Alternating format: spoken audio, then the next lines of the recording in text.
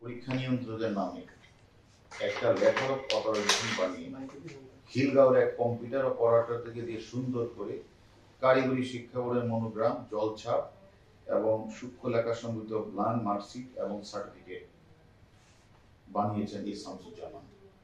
খিলগাঁও থানার ওই সেই মামলা দিয়ে আমরা তাকে সিস্টেম অনুযায়ী শামসুজ্জামানকে আমরা 4 দিনের রিমান্ডে এনেছি এবং আমরা রিমান্ডে এনে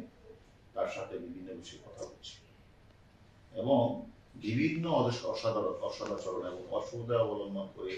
জালিয়াতির দায়ে 2024 সালের ফেব্রুয়ারি মাসে কারিগরি শিক্ষা বোর্ডের সিস্টেম অনুযায়ী জনাব শামসুজ্জামান 3 সদস্যের তদন্ত কমিটি হয়েছে। উচ্চ পর্যায়ে এই কমিটি কিন্তু সিসিটিভি ফুটেজ, ডিজিটাল তথ্য থাকার পরেও তারা তদন্ত রিপোর্ট দিতে বিলম্ব করছে। এই অভিযুক্ত সিস্টেম অ্যানালিস্ট শামসুজ্জামান কারিগরি শিক্ষা বোর্ডের চাকরি ধ্বংস ফয়সালকে দিয়ে ফুল টাইম নিয়োগ করে একটি বাসা ভাড়া নিয়ে মানে সার্টিফিকেট ও মার্কশিট তৈরি করে বিক্রি করছিল এবং নিজের বাসাতে থাকা কম্পিউটার প্রযুক্তির মাধ্যমে সেগুলি বোর্ডের নির্দিষ্ট ওয়েবসাইটে বৈধতার জন্য আপলোড করছে, যা মানুষ বিভিন্ন জায়গা থেকে এগুলি তারা দেখছিল এবং ইচ্ছা করলে কারো রোল নাম্বার থাকলে সেটা দিয়েও তারা মানে একাধিকটা মানে দেশ বিদেশ বিষয়ে তারা এটা বৈধ সেটা তারা প্রমাণ করে। এখন আমরা মনে করি যে আমরা তাকে এই সকল বিষয়গুলি যে সে যে একদিকে মানে কারিগরি শিক্ষা বোর্ডের পরীক্ষা নিয়ন্ত্রকের নামে লেটার অফ অথরাইজেশন যে খিলগাঁওয়ে একটি কমপ্লেক্স সেন্টার করেছেন এগুলির নামে জিজ্ঞাসাবাদ করছি। পাশাপাশি আমরা মনে করি শামসুজ্জামান এবং কারিগরি শিক্ষা বোর্ডের অন্যান্য কর্মকর্তা কর্মচারীরা বছরের পর বছর যে সকল মার্কশিট সার্টিফিকেট বিক্রি করে সেগুলি কিভাবে শনাক্ত করে বাতিল করা যায় সেই সম্পর্কে শামসুজ্জামান গুরুত্বপূর্ণ তথ্য আমাদেরকে দিয়েছেন, যা আমরা কারিগরি শিক্ষা বোর্ডের সচিব মহোদয়ের কাছে এবং সংশ্লিষ্ট বোর্ডকে আমরা জানাবো এবং বিশেষ করে এছাড়া মানে বইয়ের যারা এক্সপার্ট তাদেরকে নিয়ে কিভাবে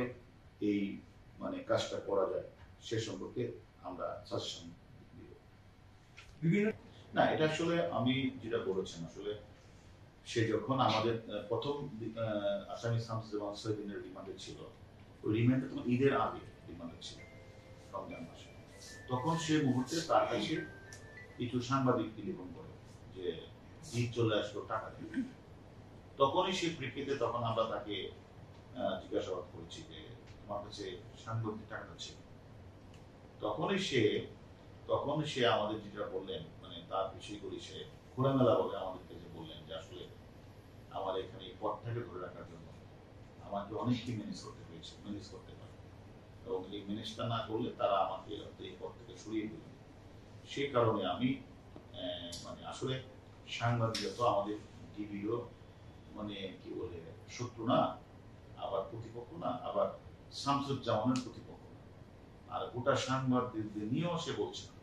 সে গোটি কয়েকজন সাংবাদিক নিয়ে বলেছে যে তার টেলিফোনটা আসার পরে আমার টেলিফোন আসছে কেন, তখন বলে যে পদটা টিকে রাখার জন্য আমাকে তাদেরকে ম্যানেজ করতে। আসলে তখন এখন দ্বিতীয়বার আসার পরেও